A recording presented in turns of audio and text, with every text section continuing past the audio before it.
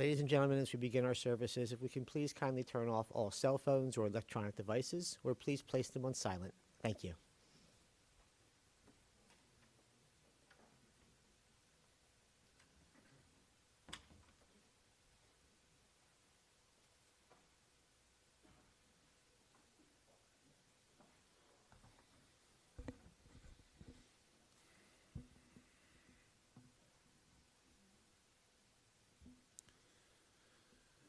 Kirachem av al banim, richam Adonai al yireav. As a parent has compassion for their children, God has compassion for those who show reverence. God knows how we are fashioned. God remembers that we are dust. The days of mortals are like grass. We flourish as the flowers of the field. A wind passes over us and we are no more. But Adonai's compassion is everlasting.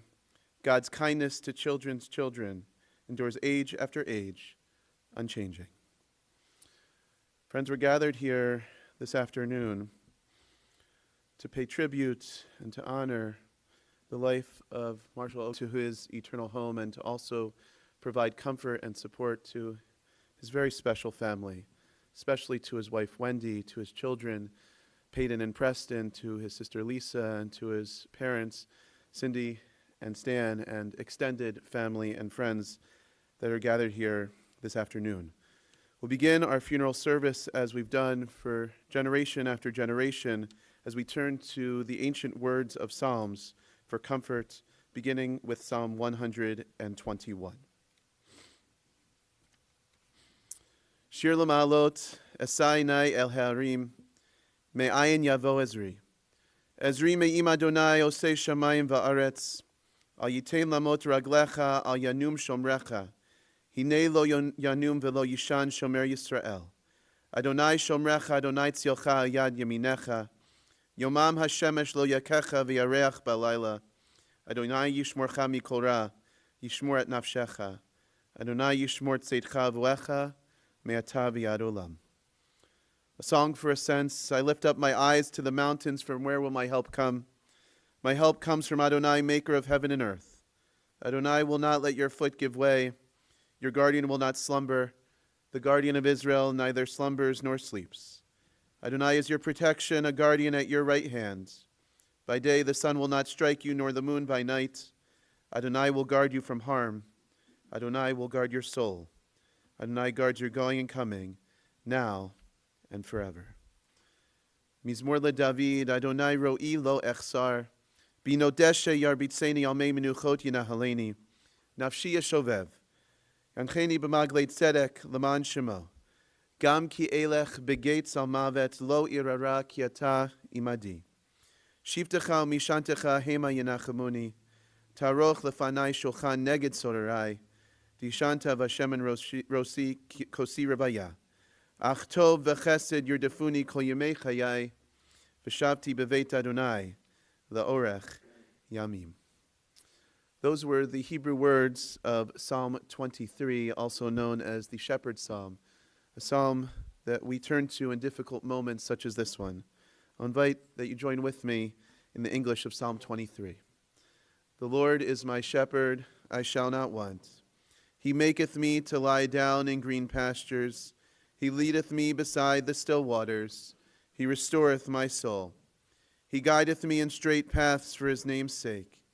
Yea, though I walk through the valley of the shadow of death, I will fear no evil, for thou art with me. Thy rod and thy staff, they comfort me.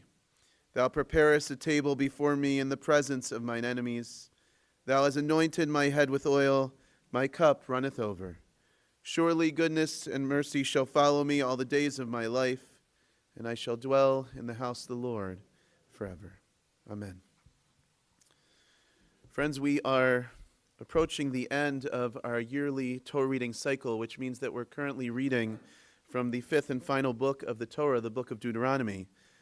But we see that it's already in the first book, in the book of Genesis, that when a loved one passes away, it's family members and friends that step forward to offer words of eulogy and memory. And that's exactly what we're going to do in Marshall's memory and honor now, as we're going to be hearing from a number of people, as there are many people that want to share words with everyone in this moment. We're going to begin with members of Marshall's family. We'll first hear from Wendy, and then Marshall's son, Peyton, and his sister, Lisa. And after that, we'll call up a couple of friends. Wendy.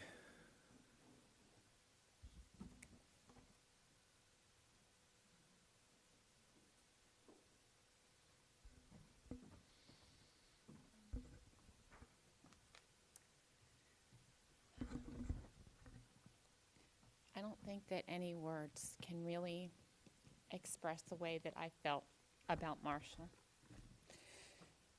He was the love of my life forever. I met him in the airport on a layover after he had a little too much to drink the night before and missed several of his flights. So we finally met in the Atlanta airport. 10 minutes we talked, and then we dated long distance for 8 months. His family and friends always used to say that he was the boy who would never grow up, Peter Pan. So I guess I was his Wendy. I loved him. Not loved him, but I love him. Now I love him forever. He had a beautiful soul. And I think everyone around him who knew him saw that. He had a lot more left to do in his life. And he wanted to make sure that he spread messages of happiness before he did pass. Hence the yellow. That was his happy color. And he always asked to see these poster pictures of your yellow. He wanted to just brighten anybody's day. That was his goal, that and that women should rule the world because men have screwed it up. Or at least help out.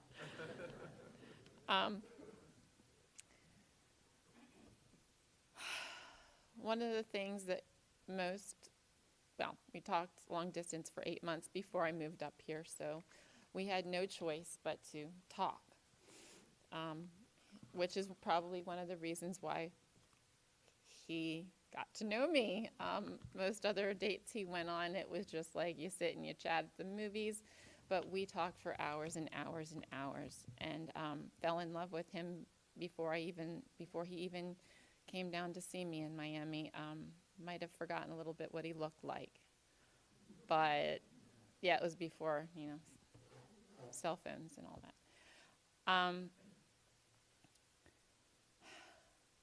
I will never stop loving him. He is my soulmate for life. And I know, Peyton and Preston, that he's going to be watching down on you to see the wonderful men that he knows that you're going to turn into, that you will become. He loves you so much. And I love him forever and always.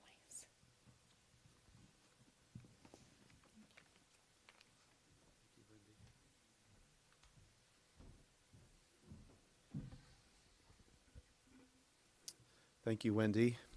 Peyton.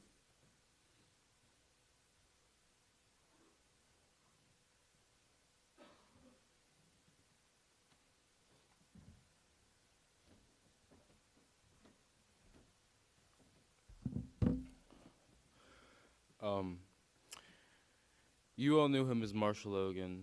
I knew him as Dad. To know him was to love him. He was truly a man of many incredible qualities. My dad was a people person from the day he could talk, and last year on October 20th, he was diagnosed, and instead of just being quiet and not posting about it, he did the exact opposite, as anyone who knew him would expect him to do. And not only that, but he wanted people to be more open and accepting of illnesses and things that are out of people's control. And I'm sorry, I had something prepared, but it's hard to read right now. But a year ago today, exactly, he had his first seizure, and I saw for the first time a very different image of what life could look like.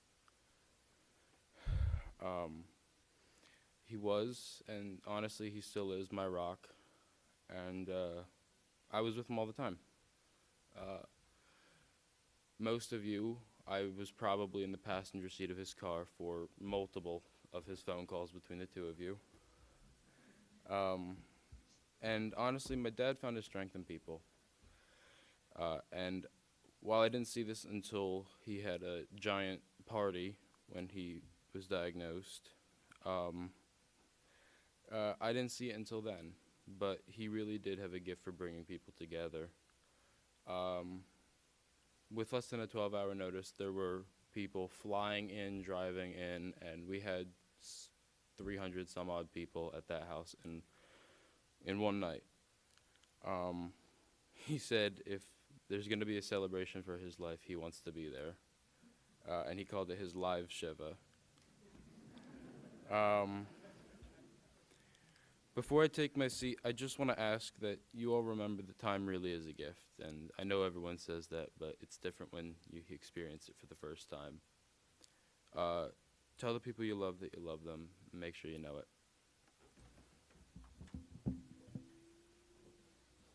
Thank you, Peyton.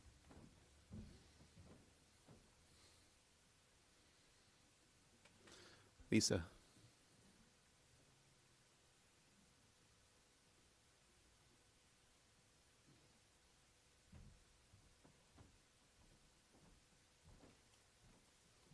Everybody, thank you for coming. I wrote down my notes so I don't get all stumbled here. So I'm Lisa Marshall's sister. One of my earliest memories was my mom being pregnant with my brother.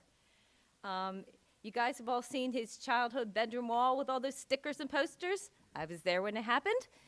He got into my mom's lipstick and decorated the wallpaper. My dad put up some posters temporarily to hide it, and somehow it blossomed into lots of stickers. And we would sit there for hours and try to find certain things on the wall. How many frogs would you find? So my brother was a natural-born salesperson. When he was young, he used to go to school and bring candy there and have other people, he'd sell it to them and bring a profit, had pictures drawn. He was funny. So my brother was always Mr. Popular. He was a class clown and a people magnet. And the girls, whew, they loved him, I'll tell you that. But only one true person captured his heart, and that's my sister-in-law, Wendy. She will always be his everything. And through their love, they gave me two wonderful nephews, Peyton and Preston. Listen, my brother fought courageously against a terrible disease, and throughout his health battle, he encouraged others to be kind, loving, and enjoy life. I want to tell you a spiritual story. On the day he passed, when we were back at the house, everyone was talking. After a while, I felt like I needed some personal time. So I went over to my brother's meditation garden, and I plopped on the ground, and I was just chatting away, and then I realized my brother always said to be peaceful in this space. So I got peaceful, and I just said, Marshall, are you okay? I just need some sort of sign. And I centered myself, and I looked up, and there was a dragonfly flying around in a circle over and over and over. It must have been about 4 times flying over. And I felt some peace that he was okay. Why is this important, the dragonfly? Look it up. A dragonfly is often known as a spiritual messenger. So I brought a dragonfly to wear for my brother. So Marshall's always going to be missed. It's really strange not to have my sibling here. I can't explain it because he was so big with his presence. But I know he's okay, and he's probably making connections in heaven. So for us here, Marshall will always live in our hearts and our memories. Mar, I love you. Please watch over our family. Amen.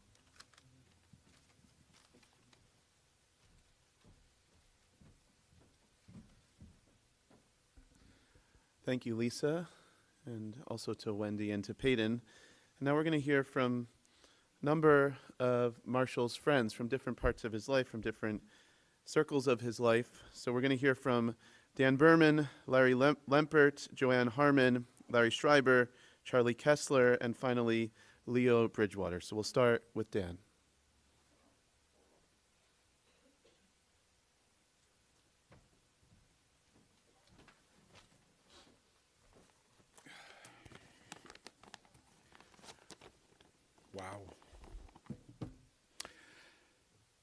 Marshall and I had a connection so close that we were brothers from different mothers.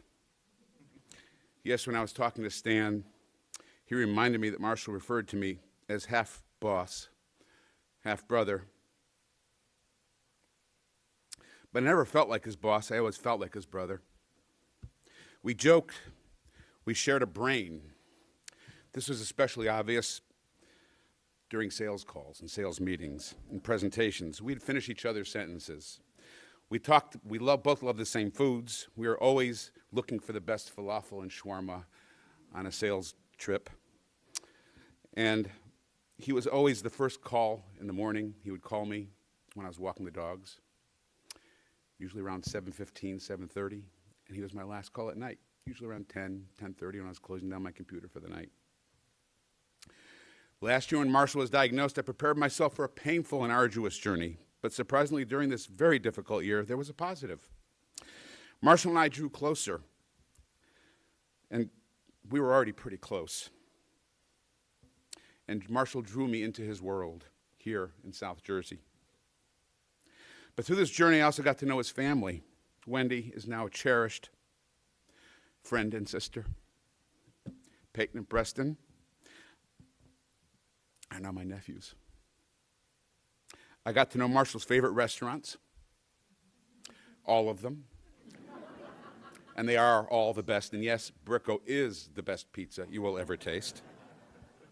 Everybody knows what I'm talking about.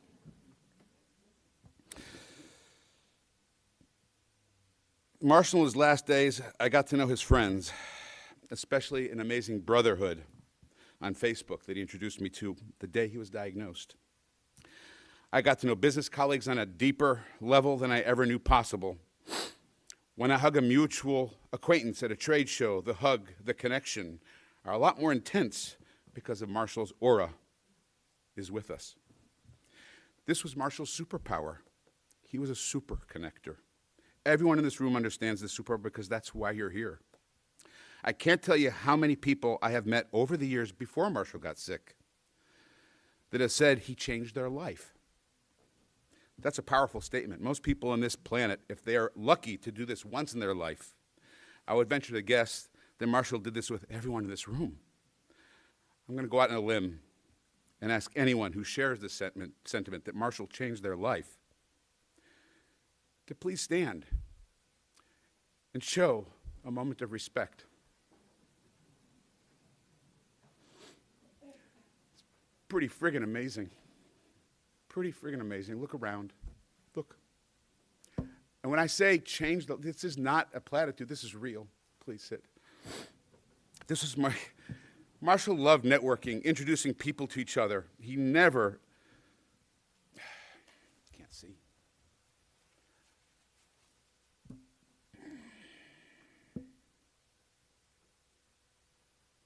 He never did this transactionally. Instead, his philosophy was that rising tide raises all boats. He truly believed that good things would come back to him and his family if he did the right thing. Marshall worked for me twice. When he left our company the first time, he made a promise he wouldn't poach any of our clients. I didn't believe him at the time, but he kept that promise, working for 2 direct competitors. One day I got a call from him saying the happiest he'd ever been professionally was when he worked for me. And is there a position open for him? We had transitioned to pharma, but I said, you don't know anything about pharma. I said, but I can teach you. He came back and he learned pharma, and then we dove into cannabis, and that's how we discovered cannabis, and a lot of people in this room are through the cannabis connections and family that we all made. We traveled all over the world, speaking at conferences, learning and teaching about cannabinoid science. Marshall's passion for the plant was unrivaled in the industry. His social media posts were devoured by thousands of people around the globe. There wasn't a conference we went to where strangers would introduce themselves saying they follow him on LinkedIn. Many of those became close friends and are here today.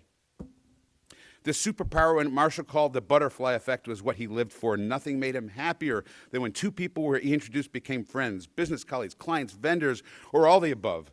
He was even happier if the people he introduced became close friends because that's who he was, the existential matchmaker.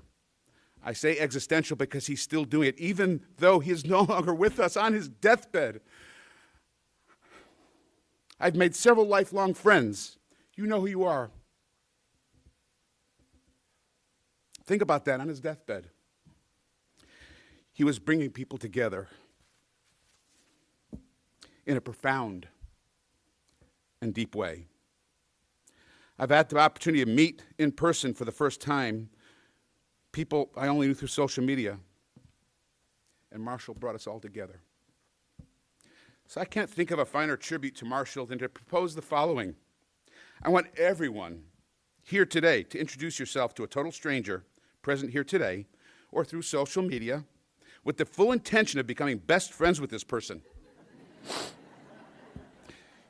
You may not vibe with the first person you meet. That's okay. Marshall knew lots of people.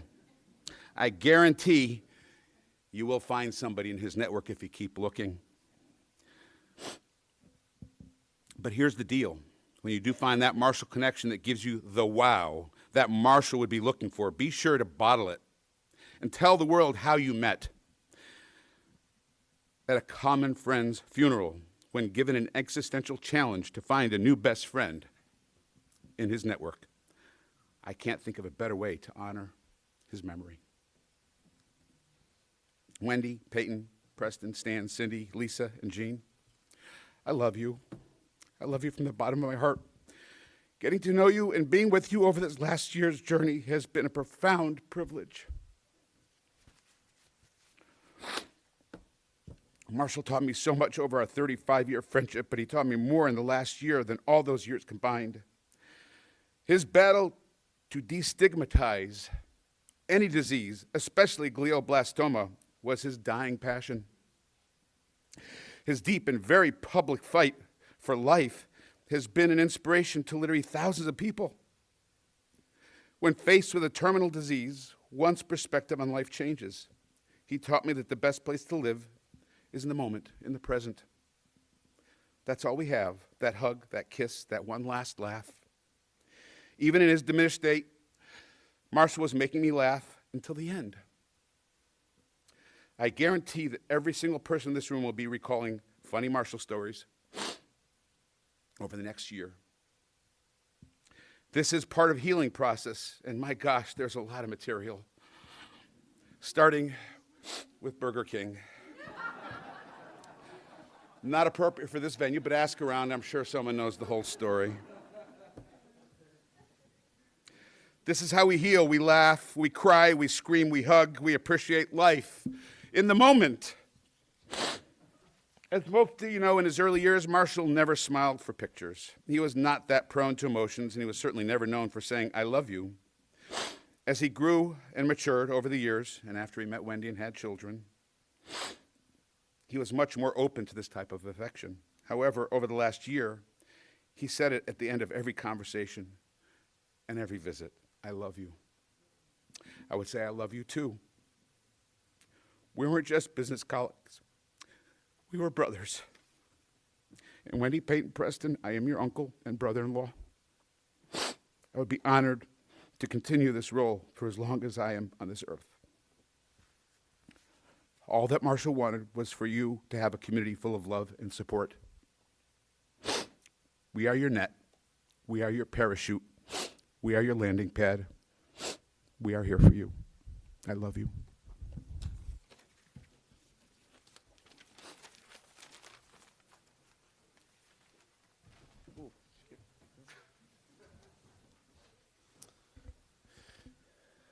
Thank you, Dan. As Larry makes his way up, I'll just say, my name's Rabbi Brian Wexler. I don't eat at Burger King, but I am looking for some new best friends. So you can talk to me after the service if you'd like. Hi. It's funny because I didn't coordinate with Dan at all, but he's kind of gave us all an assignment, and I wanted to just briefly speak about what I think will turn out to be the reward for that assignment. You know, Marshall and I have been friends for over 30 years. And when I look at the people here, I see more than a few of you that have been Marshall's friend for even longer. especially the section over there where everyone's friends. Most of us are lucky to keep even a few friends for this long. But it's not surprisingly that Marshall had so many friends, because Marshall had this extraordinary ability to make friends throughout his life. Marshall had many friends, and I'm not talking about friends on Facebook. I'm talking like old school friends, like people he made a very deep connection with. You know, there were friends, you know, these are, you know, he loved. He loved all his friends, and we loved him. Ralph Waldo Emerson said, "The only way to have a friend is to be one." This concept was second nature to Marshall. It was how he lived. What's extraordinary is, you know, how many people he was able to be a friend with over his life and to maintain those friends. You know I speak for all of you here, and you know, so many of his friends are here, and there's probably so many of his friends who couldn't be here today. Just when I say I'm lucky to have been, you know, Marshall's friend, and to have him as my friend, and to have him in my life, he's made my life a lot better. You know, I'll never forget him. You know, I want to say I love you, and I miss you. Thank you.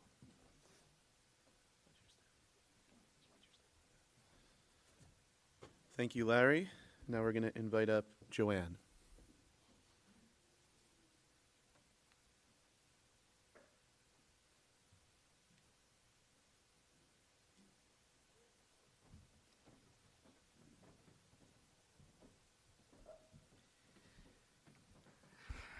My name is Joanne Harmon, and Marshall and I knew each other from our kids growing up together, starting in elementary school, and I want to share a few words. I know we never wanted anything to be about him, so I'm wondering how he would feel about today, but I think that everyone's sharing the impact that he has had on their lives and seeing that his legacy will continue on in each of us for the rest of our lives would make him really happy. I was thinking about the one word I would use to describe Marshall, and I quickly came to the conclusion that there is no one word good enough. Marshall was hilarious. He loved uncomfortable situations. And he had a gift of hysterically making awkward situations more awkward. And sometimes less awkward at the same time by full-on calling him out and not holding anything back. And he was simply the kindest human I knew. We all try to give back to others in our communities in different ways, but to Marshall, it was just his way of life. I always joked with him that whenever we spoke, we would just be catching up, talking about random things that were going on in our lives, and before I knew it, I would leave the call with a list of names and numbers of people that I needed to reach out to who could help me with a random situation. Because that was him. He just wanted to help people. He wanted to build connections. And above all, he was genuine. It was never about him. And he never wanted it to be. Through the years of knowing him, Marshall, Wendy, Peyton, and Preston became our family. They mean more than anything in the world to us. My daughters and Marshall shared a really special bond. They loved each other, truly loved each other. Both my daughters go to school in Virginia now, but they would keep in contact with Marshall and text him to see how he was doing. Eventually it became too hard for Marshall to text back, but he always made sure to tell me how much he loved the text and how much he loved our girls. He was family. Through one of the hardest times of my life, my family and a group of friends were there for me to see me through it.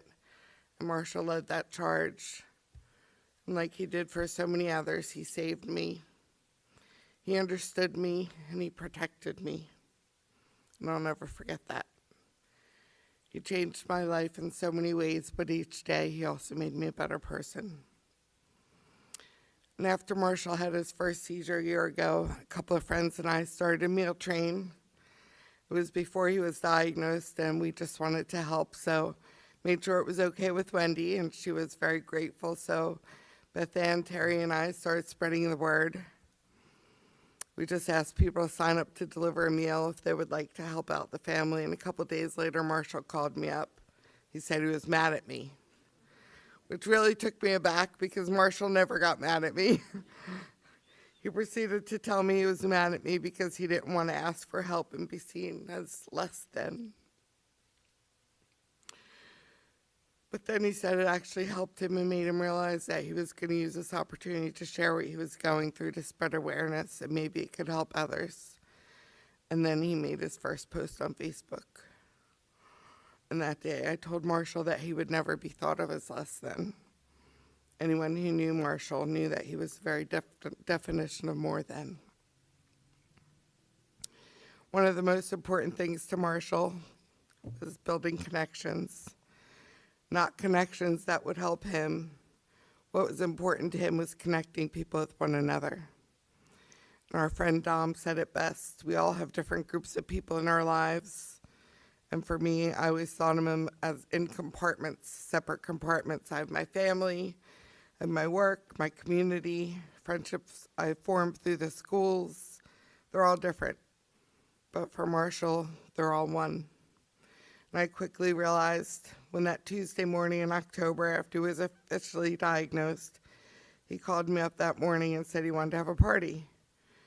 And he asked me if I thought he was crazy. I did. But I wasn't really sure what to say, so I just said no, not expecting a whole lot of people would be able to make it, and not even a day's notice. So I came home from a conference I was attending, went over to Marshall and Wendy's, and hundreds of people showed up throughout the night. Some even flew in from out of state, like Peyton said, and Marshall didn't throw that party so that he could see people.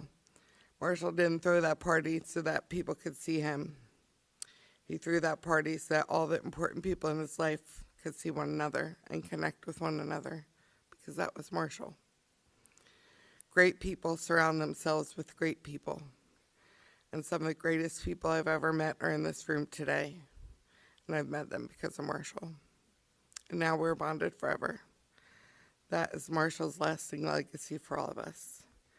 One last thing I want to say is to Wendy, Peyton, and Preston. A week ago Saturday when Bill and I were over your house, and it was the day before Marshall had his last seizure.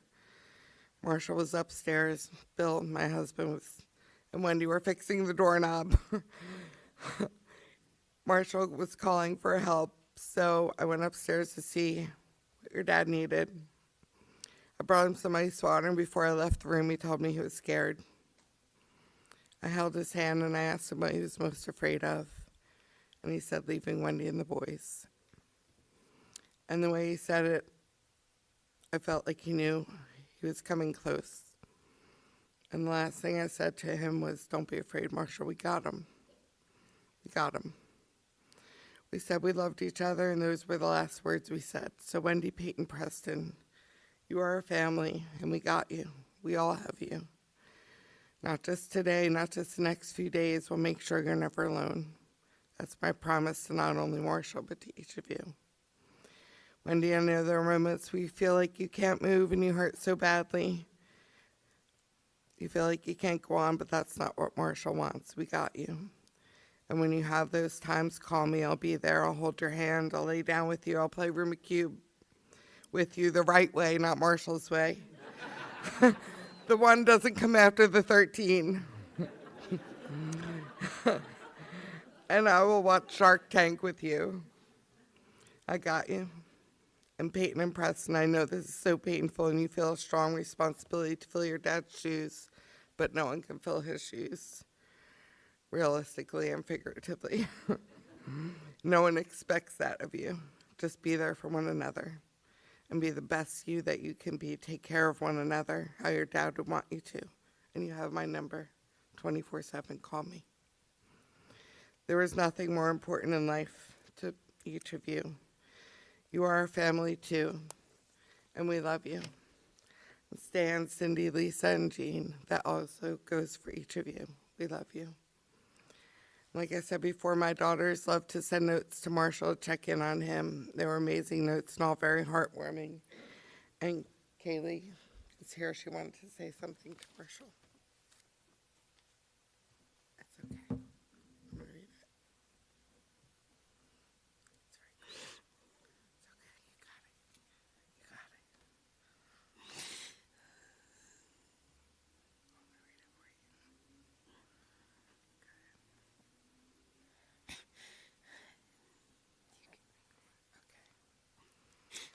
The one thing about Marshall that everyone is aware of is his ability to brighten any space he entered. Everywhere he walked, it was as if he brought his own sunshine. His warmth, his sense of humor, and the affection that flowed from him were palpable the instant he walked into the room. Marshall was not just extremely funny. I'm sorry.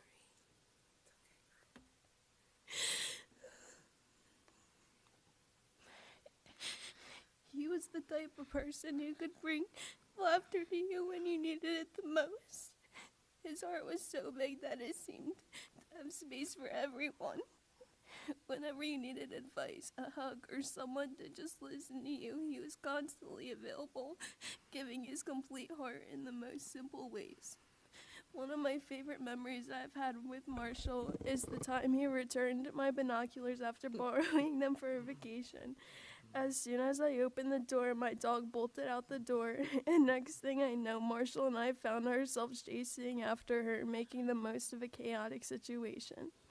He grabbed hold of her, and she nipped at him. Most people would have been frustrated, however, Marshall simply laughed and blew it off. It became a memory we were able to joke about for years. That's who Marshall was, always bringing light, love, and laughter into every situation. He never took things too seriously and always had the most positive outlook on everything. It always was and will be an amazing reminder for everyone else to do the same. His kindness and love will stay with us forever, and though he's gone, we'll always carry a piece of him in our hearts. Rest easy, Marshall will never forget the love you shared with us.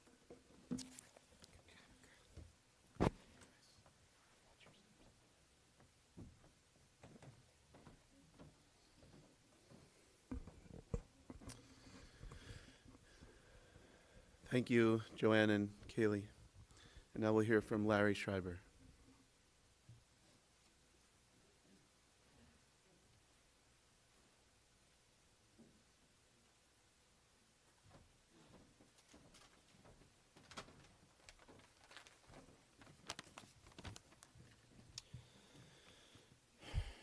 Good afternoon. My name is Larry Schreiber. I apologize. Good afternoon. My name is Larry Schreiber. For those who don't know me, and it's strange to have somebody like Marshall, actually anybody, that has so many unique groups of friends, and all he really wanted to do was to share his love with everybody. In this world, we lost a beacon of light. I talk about Marshall this way because there's very few people that spend their entire lives with their main focus is improving their friends' lives with nothing in it for them whatsoever, just the joy of connecting each other. Who in this room hasn't gotten a text or a call, saying you have to speak to this person? They're great guys, great women. I know I have for almost the last 10 years every week. What people don't realize was that Marshall and I were friends at Cherry Hill East. But I lost touch with him right after. And about 10 years ago, walking through the airport on my way to my first cannabis convention, I hear somebody yell my name, and I look up, and I see a face I haven't seen about 25 years. And Marshall hasn't changed, with the exception of growing about 12 inches. He was, the warmth that he shares with everybody in this world is palpable. It's special. And the relationships that he has helped me build have changed my life forever. And there is a lot of people in this room that I am honored to call family because of Marshall. Through the last torturous years, I met a lot of people who he said, you have to meet because you guys can do great things together. And he wasn't even talking about business. He was talking about life and about how you can grow together. And he was special. He cared so much for people. Stan, Cynthia, and Lisa. Marshall's the man today and forever because of the love, kindness, and compassion, ethics, and morals that you guys raised him with. You guys are the reason he is who he is. We owe you a debt of gratitude for bringing one of the brightest lights that have lit this dark world. Wendy, Peyton, Preston, this year has been terrific for everybody. We have watched a man, husband, father, son, and brother we love transition to becoming our guardian angel. Like I told you last week, I swear you will find your smiles again. I promise that. And we should all live our best lives to honor Marshall. There will be plenty of time in the next few days to share tears, smiles, and laughter with stories of our dear friend. But if you really want to honor him, all you have to do is live like Marshall. Go out of your way. A simple, kind word or a smile to somebody can change their perspective on life. You, each and every one of you, have that power in you. And to honor Marshall, please do so. Marshall, we will not let your legacy dim. The village that you built will pick up the torch and light its path forward. You have been loved and revered for the man you are and always will be. And if you ever needed proof that he is our guardian angel, the Eagles fucking won. Go Birds.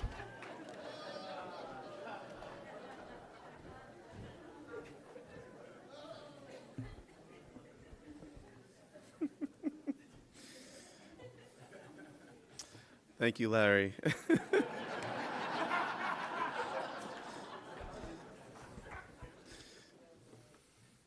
Okay, we're going to keep moving. Charlie Kessler.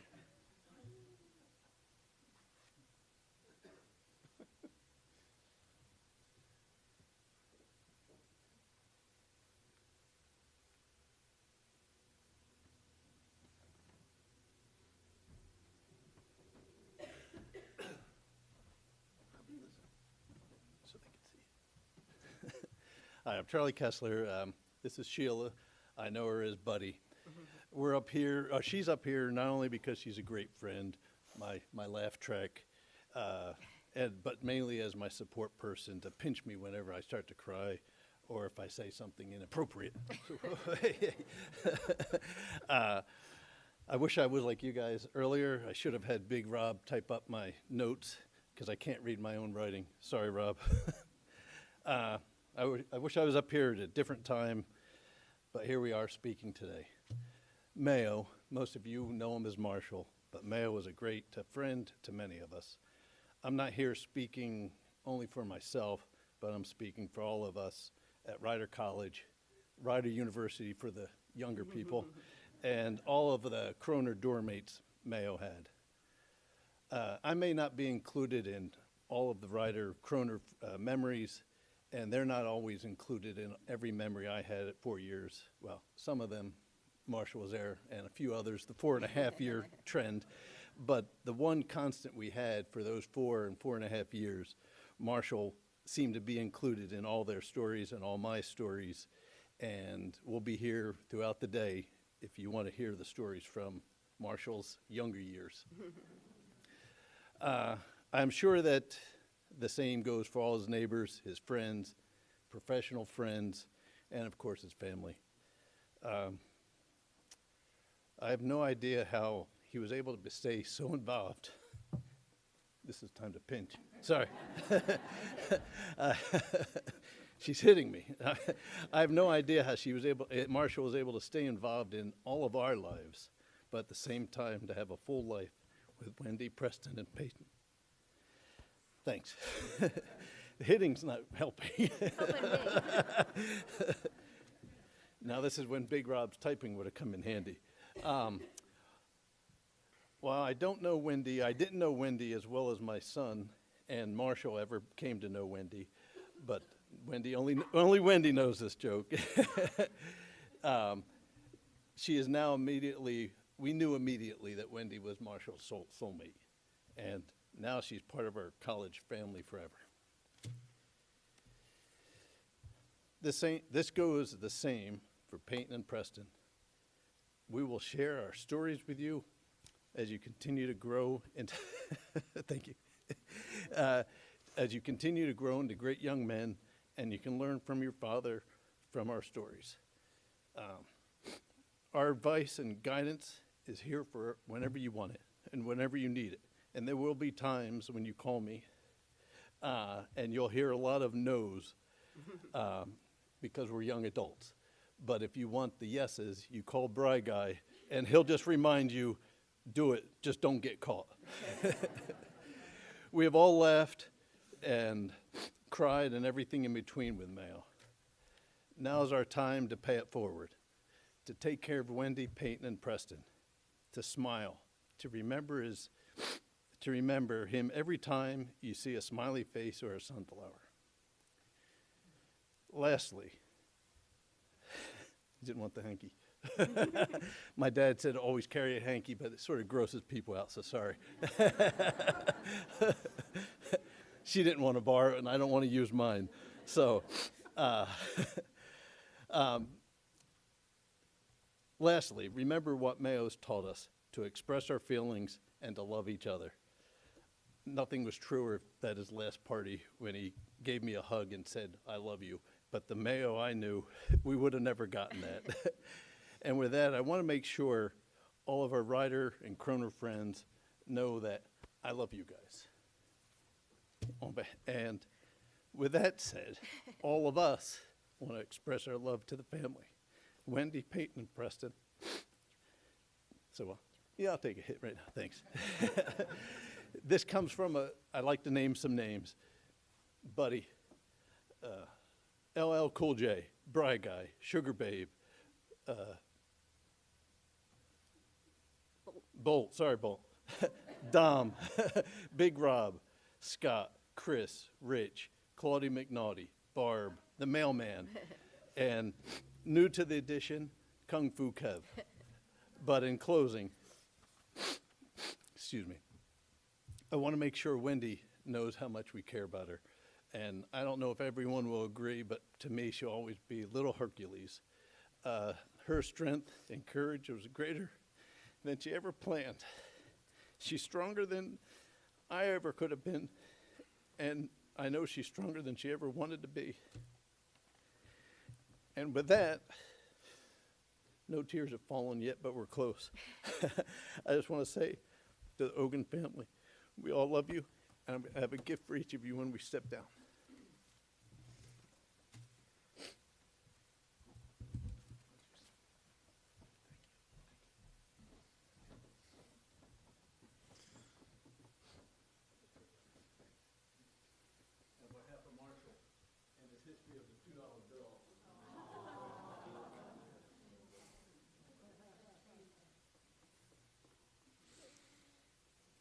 Very nice. Thank you, Charlie. We have one more friend who's going to speak. I was told that he had to be the closer, so we're going to invite up Leo Bridgewater.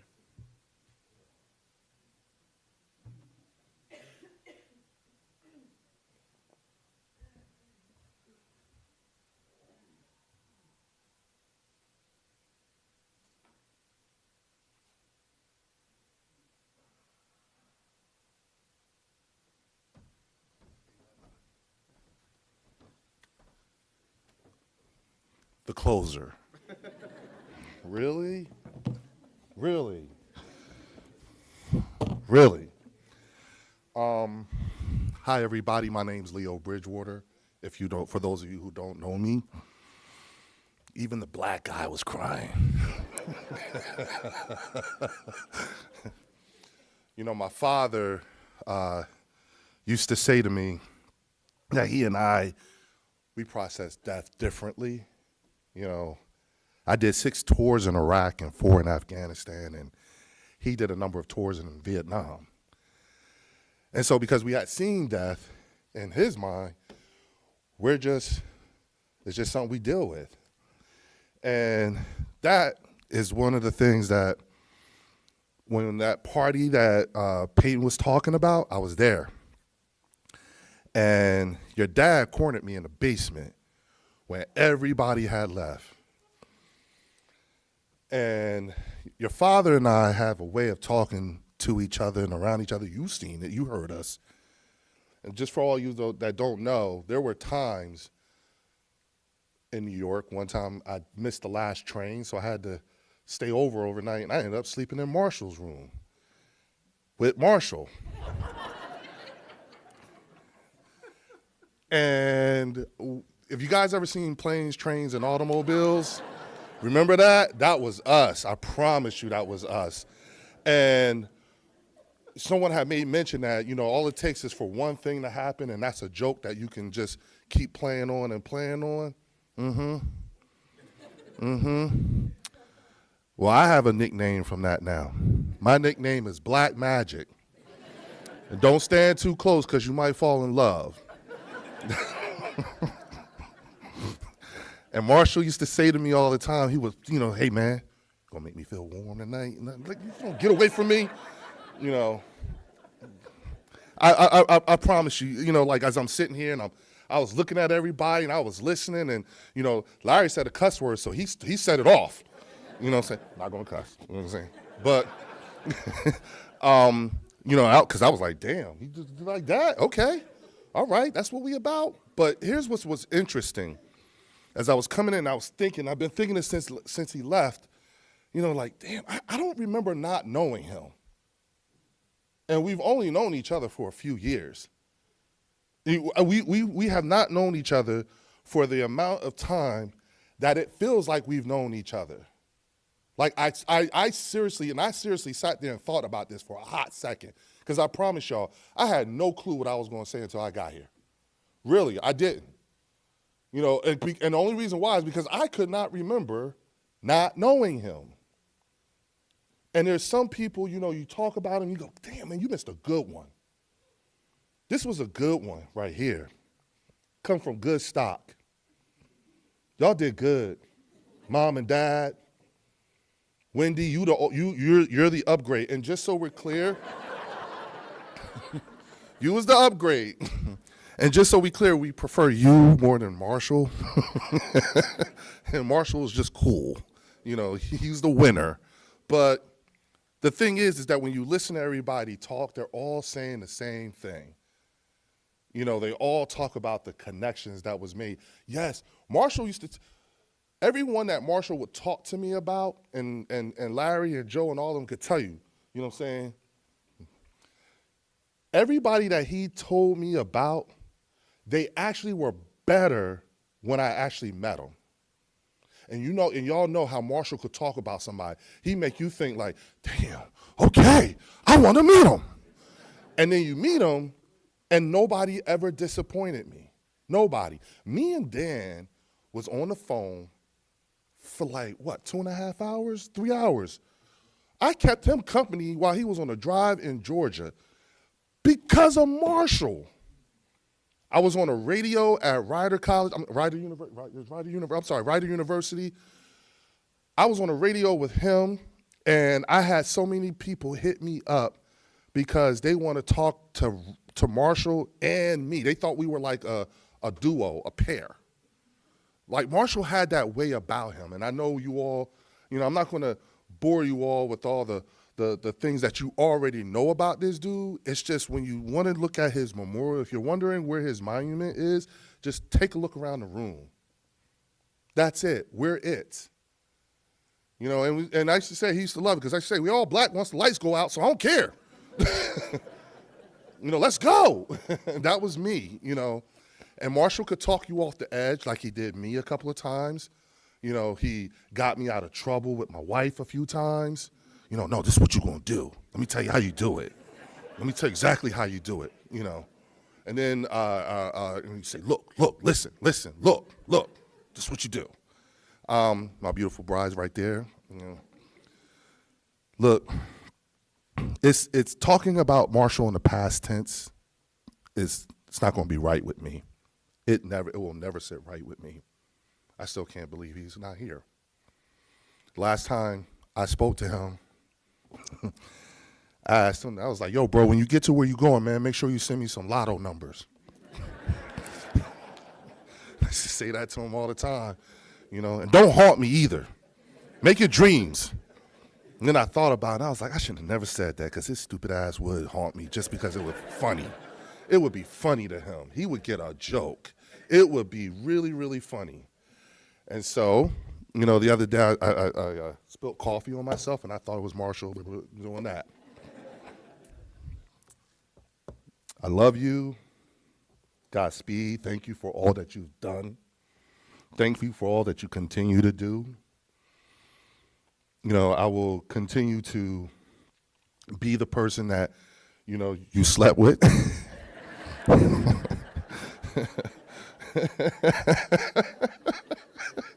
I'm never going to let that up.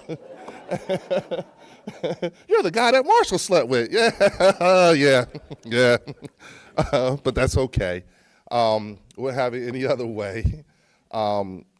Everyone at Marshall has, we all have our little pockets of Marshall folks, you know, and in my little pocket of Marshall folks, you know, Stacy, Larry, brother, Joe, you know, everybody. I love you all. You know, I got you. You know we got you. Okay? You know we got you. You know, Peyton, Preston, listen, all of this is going to feel like a blur. Take a moment, steady yourself, smell things, remember what things smelled like, remember what things looked like, remember how you felt. You know, these were all things that'll help you get over what you're doing and just stay functional. Okay? I didn't want to tell you not to be that sad. Not going to do that. Just stay functional. That's how you honor him. Okay? I love you all. Looking forward to meeting you.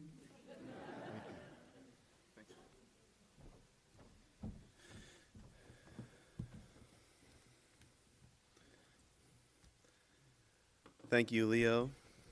The closer did not disappoint.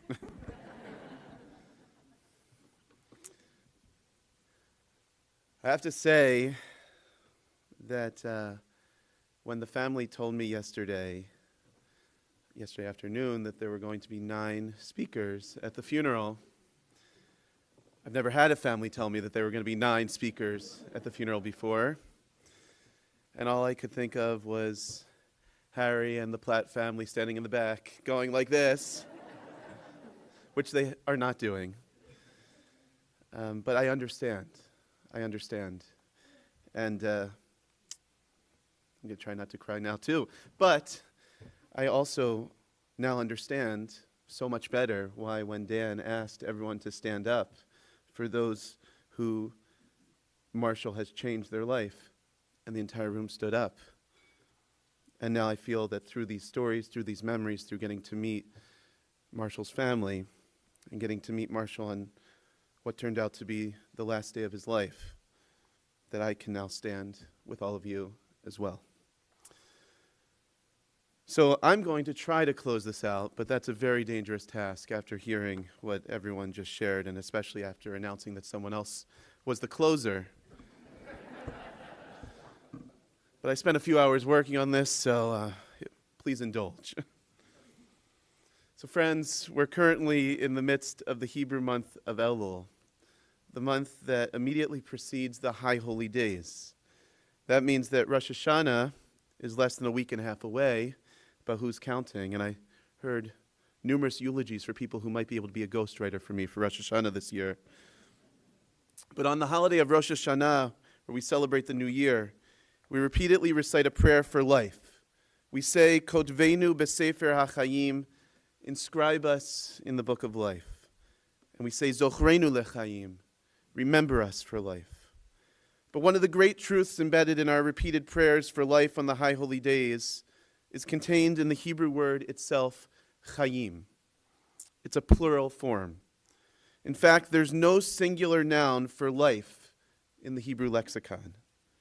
It is always in the plural, as if to say that for life to be full and most meaningful, it must be lived in relationship with others. Surely Marshall understood this lesson, perhaps better than anyone I've ever known. And he lived his life this way. We're gathered here this afternoon not only to honor his life and legacy, but to tell his story. The story of a true mensch whose life was cut too short by cancer, yet who lived every day with tremendous fortitude, tons of charisma, and abounding kindness. A life lived in the plural, filled with love for family and friends. To Marshall's incredible family, namely to his wife Wendy, to his sons Peyton and Preston, to his parents Cindy and Stan, to his sister Lisa, to his mother-in-law Jean, and the many cousins, extended family, and friends and colleagues that were like family. To all of you, I offer you my condolence and sympathy on this loss of your beloved husband, father, son, brother, cousin, friend, and colleague. Marshall, who was also belovedly known as Dad, Boo Boo, Mar, and Mayo, as we've heard, was a remarkable, incredible, special man, a devoted husband, a loving father, a fun brother, a dedicated son, and a loyal friend. Marshall was born on February 20th, 1969 at Cooper Hospital in the middle of a snowstorm. He grew up in a loving home with his parents, Cindy and Stan, and his older sister, Lisa. Cindy and Stan said that from a very young age, Marshall was incredibly bright and mischievous, but always in the funniest of ways. Without Stan knowing, Marshall would sneak pillows and magazines into his pants to absorb the impact of an occasional spank. And Lisa also told me that she remembers just how fun her brother was, including how they used to ride down the stairs on pillows together. Marshall attended Woodcrest Elementary, Heritage, which is now Rosa Middle School, and Cherry Hill East. As Marshall matured, one might say that his humor and love for inappropriate jokes did not. However, Stan and Cindy described their son as an incredible guy who was charming, popular, and the best salesperson they ever met, while also always full of respect and kindness. And then Stan told me, Marshall was the type of son that any parents would be thrilled to have. Simply an incredible guy. Upon graduating from Cherry Hill East, Marshall attended Reiner University, where he later worked as an adjunct professor and got his degree in political science. He started working for Stan's ad agency and shortly thereafter met Dan, who would become, as he told us, his lifelong boss, but more importantly, his lifelong friend. We heard the story from Dan about their incredible work together in the medical cannabis industry. And Marshall became absolutely determined to tackle the stigma of medical cannabis and to help so many people who were hurting and embarrassed. That's who Marshall was, deeply committed to helping others. As Wendy said to me, quote, I always felt like he hurt when other people hurt. And Lisa added, he was simply so loving of so many people. Marshall was surrounded at all times by friends. He had a magnetic personality and a deeply caring soul. And that combination, along with the fact that many thought he looked like John Travolta, made him quite popular. Everybody was family to Marshall, and somehow he made everyone feel like they were his best friend. Marshall never wanted to make anyone feel less than, and he made it a personal goal to make sure that the people around him felt comfortable, happy, and appreciated. He was truly, as we've heard many times, the definition of a people collector. Just look around the chapel. Just think about all the family and friends that just spoke about him. Simply remarkable. Chaim. That's life lived in the plural. Marshall was generous, loving, empathetic, and could connect with just about anyone. He was a great debater, He had a photographic memory and remembered everyone and everything. He had a mirror face, which I will not try to imitate now, but Wendy does an excellent job, so you can ask her later. And she describes it as Zohan-esque. Occasionally, or maybe more than occasionally, openly vain in the most endearing of ways. He had a lot of charisma, which allowed him to get away with plenty of off-color jokes, none of which I will personally be repeating this morning. And yet he always came off as a kind and caring person. Marshall made a tremendous impact on our community. Everyone in the community knew him and loved him and showed up for him and he for them. Marshall crossed all boundaries, was remarkably accepting, and he inspired people every day. He enjoyed sports, especially football and his beloved Eagles. Yes, the Eagles fucking won last night.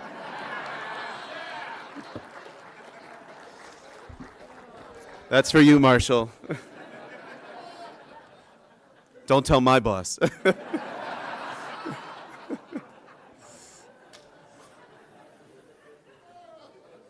Yeah, I should end on that note. He loved going to the beach and traveling. He loved to read, enjoyed music, and most of all, he loved to spend time with family. Family was always number one for Marshall. So let's talk about his beautiful, loving, and totally crazy family. That was supposed to be funny too, but that's okay. When Wendy and Marshall met, as she told us, she was living in Miami but had come to South Jersey for her grandfather's funeral, and she was heading back to Miami. It just so happened that Marshall was on his way to a conference in Orlando.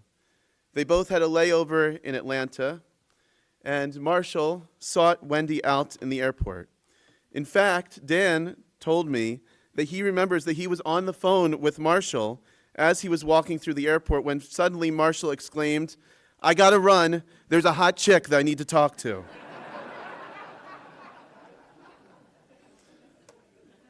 Marshall and Wendy hit it off. They talked long distance on the phone for months, which led to visits and dating. And as they say, the rest is history.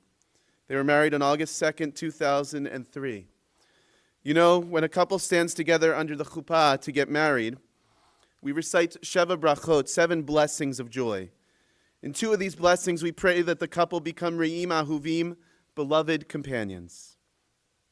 Marshall and Wendy were certainly beloved companions. In fact, I learned yesterday, it's going to make me cry, that while Marshall dated many women, you can just ask Stan, Wendy was the one and the only woman he ever said, "I love you," to. They were together for 24 magnificent years, married for 21. 24 years of constant love and laughter, many inappropriate jokes, traveling the world together, and building a family together. Blessing fulfilled.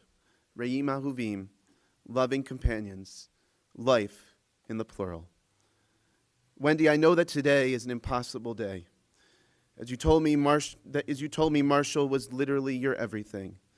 But please know, 1, you blessed Marshall's life with love and support in a way that made him better, stronger, and more full of love himself.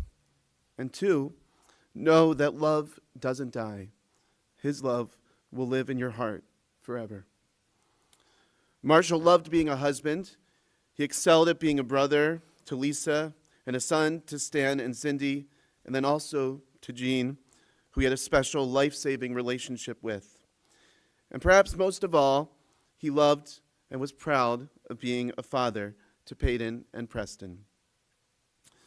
They described their dad as a wonderful teacher, guide, and friend who was understanding, funny, and goofy. Or as they said, everything a dad should be and more. Peyton and Preston, I hope you know how much your dad loved you. Along with your mom, you were his whole world, and he was so incredibly grateful for both of you. Again, life in the plural. Marshall loved life, but we know that sometimes life can be harsh and even not fair. And such was the case for Marshall when he had his first seizure exactly 1 year ago today, which led to him being diagnosed with one of the most aggressive forms of glioblastoma in October. After surgery, he immediately wanted to see everyone that he loved. We've heard about his live Shiva, that quite large party that he threw for himself. Again, Chaim, life lived in the plural. Marshall fought the evil disease like hell, desperate to continue living, and he also dedicated himself, as we've heard, to educating others about cancer and illness. Again, he wanted to fight stigma and help people not only understand it better, but also help them to not be ashamed of their diagnoses. So he took everyone, all of you, along with him on his health journey. You supported him and lifted him up, and he lifted you up. Marshall was a fighter, personified by strength and determination, and he wasn't alone. He was buoyed by the love and support of so many of you, really all of you. And to Marshall's family, and especially Wendy, allow me to add, you were by Marshall's side every step of the way. You did right by him at every moment. I hope you know that just as Marshall was a blessing to you, you most certainly were to him as well. The care and love that you showered on him throughout his life, and especially this past year, was a true gift that you gave him, a gift that he cherished. His strength has become your strength. His goodness, his love live on within you and within all of us. Chaim, that's life lived in the plural. Tim nishmato tzur b'tzur chaim. May Marshall's soul be bound up in the bond of life eternal, and may his memory and legacy always be for a blessing. Amen. Please rise for a final prayer.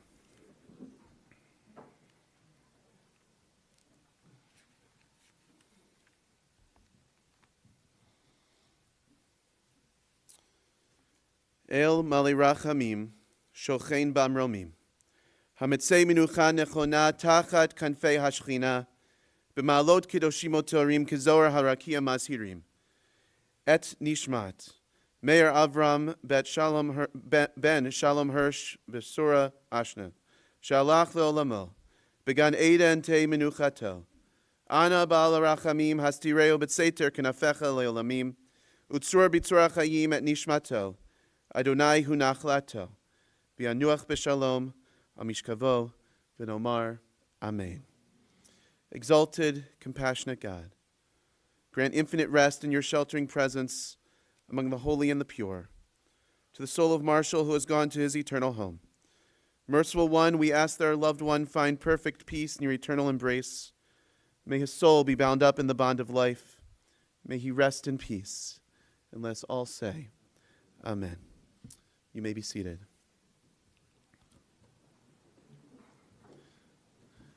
Friends, immediately following our service here in the chapel, interment will take place at Crescent Memorial Park in Pennsauken. And then immediately following the burial, the family will be returning to the family home at 34 Normandy Road in Marlton to begin the process of sitting Shiva.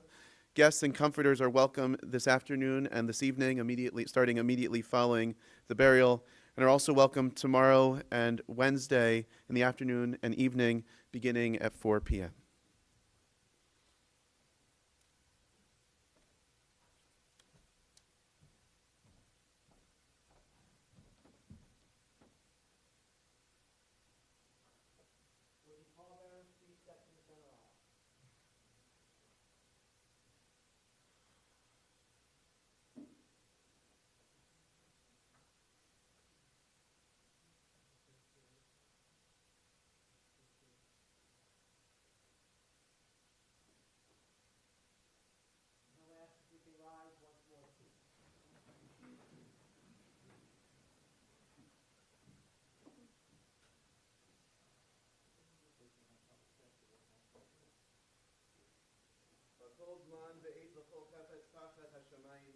Eit laledet veit lalus, eit latad veit la kornatua, eit laharog veit lirpo, eit lifrot veit ligno.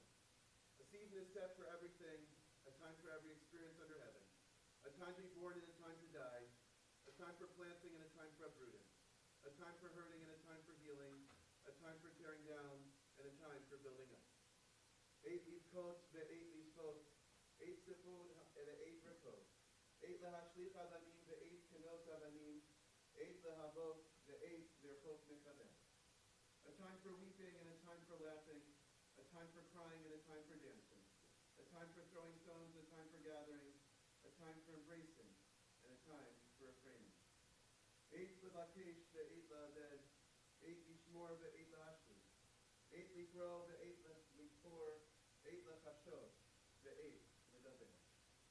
A time for seeking and a time for losing, a time for keeping and a time for letting go, a time for ripping and a time for sewing, a time for speaking and a time for silence.